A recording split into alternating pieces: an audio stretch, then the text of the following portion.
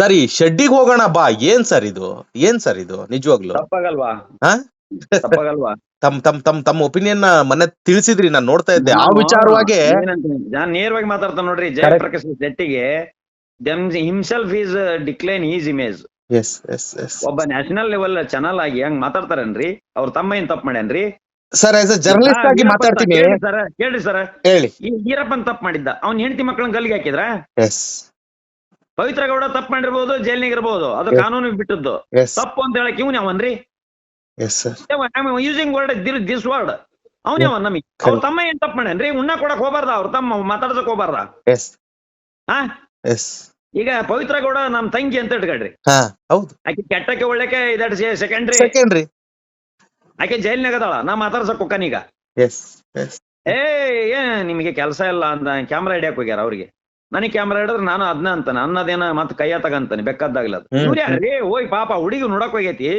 ಆ ಪವಿತ್ರ ಗೌಡನ ನಾವು ಹ್ಯುಮ್ಯಾನಿಟರಿ ಗ್ರೌಂಡ್ ನಲ್ಲಿ ನೋಡ್ಬೇಕ್ರಿ.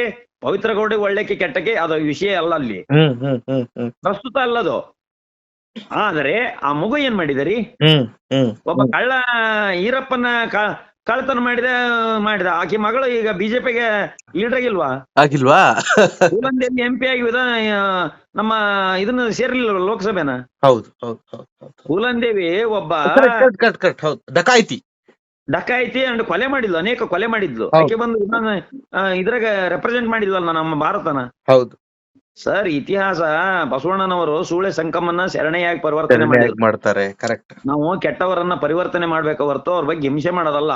ಸರ್ ಇಲ್ಲಿ ಕೆಟ್ಟವ್ರನ್ನು ಕೂಡ ಮಾಡಿದ್ದಲ್ಲ, ಕೆಟ್ಟವರಿಗೆ ಸಂಬಂಧಪಟ್ಟವರು ಅವ್ರನ್ನ ನೋಡಕ್ಕೆ ಬಂದ ತಕ್ಷಣ ಆತನ ವಿರುದ್ಧ ಮಾಡುವಂತದ್ದು ಏನಿದೆ ಸರ್? ತಪ್ಪಲ್ವಾ ಸರ್ ಅದು?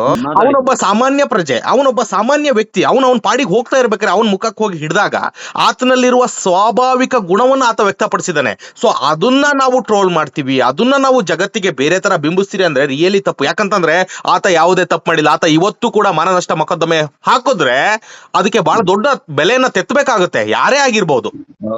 ಕರೆಕ್ಟ್ ಅಲ್ವಾ ಸರ್? ಇದು ಆಸ್ ಎ ಲಾಯರ್ ಆಗಿ ಏನ್ ಹೇಳ್ತೀರಾ ಸರ್? ಅಲ್ಲ ಸರ್, ಮಕ್ಕನಿಗೆ ಬುದ್ಧಿ ಹೇಳು ಅಂತಂದ್ ಹೇಳ್ತಾನ. ಆಗಿ ಹೋಗ್ಬಿಟ್ಟತಿ, ಈಗ ಸಿಡ್ಲು ಹೊಡೆದ್ ಬಿಟ್ಟತಿ, ಮತ್ತೆ ಜೈಲು ಹೋಗೈತಿ. Issue is in before the court and before the police.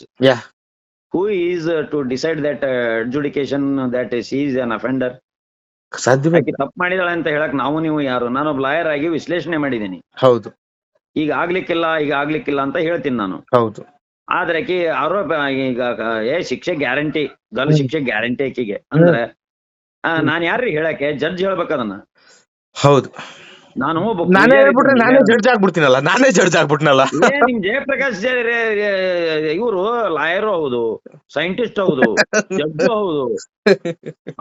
ಏನು ಅವ್ರು ಸುಪ್ರೀಂ ಕೋರ್ಟ್ ನ ಹೋಗಿ ಮ್ಯಾಲ ಅಲ್ಲಿ ಜಡ್ಜ್ ಅಂತ ಕುಂದ್ರಸ್ಬೇಕಾಯ್ತು ನಾವು ಅವ್ರನ್ನ.